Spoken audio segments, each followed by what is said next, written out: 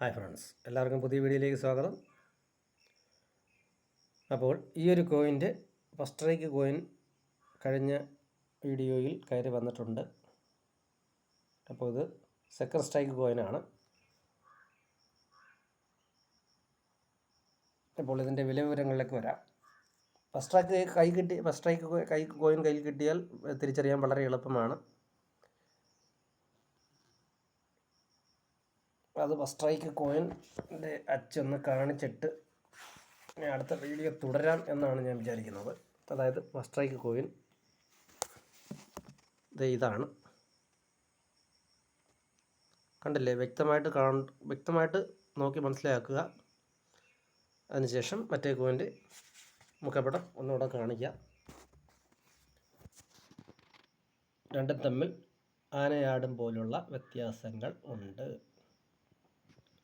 അപ്പോൾ മനസ്സിലായെന്ന് കരുതുന്നു. അപ്പോൾ ഡീറ്റെയിൽസിലേക്ക് വരാം.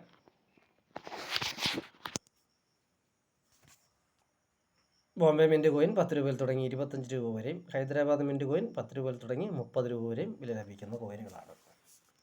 അടുത്തതായി ബിജു പട്നായിക്, പട്നിയാക്ക് എന്നാണോ പട്നായിക് എന്നാണോ, എന്തായാലും അക്ഷരപ്പിശകായാലും എന്തായാലും ഞാനതങ്ങ് അങ്ങനെ വായിക്കുകയാണ്. എന്തെങ്കിലും തെറ്റുണ്ടെങ്കിൽ ക്ഷമിക്കുക.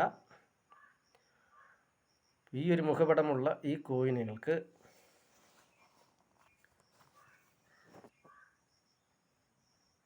കൽക്കട്ട മിൻറ്റ് കോയിൻ 400 രൂപയിൽ തുടങ്ങി 1000 രൂപ വരെയും,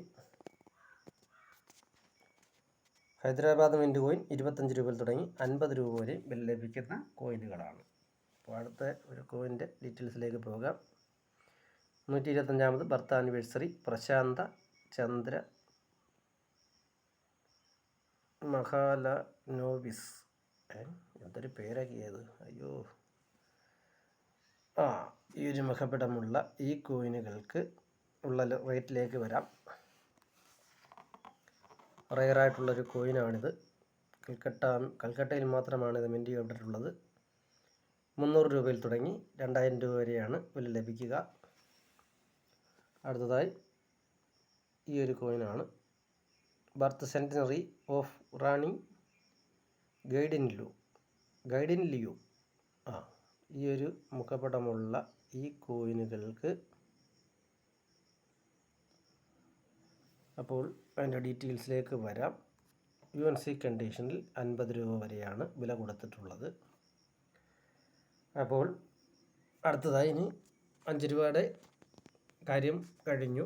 ഇനി അതായത് 10 രൂപയുടെ കമ്മമറേറ്റീവ് നാണയങ്ങളുടെ വീഡിയോയുമായി കാണുന്നത് വരെ എല്ലാവർക്കും ഗുഡ് ബൈ.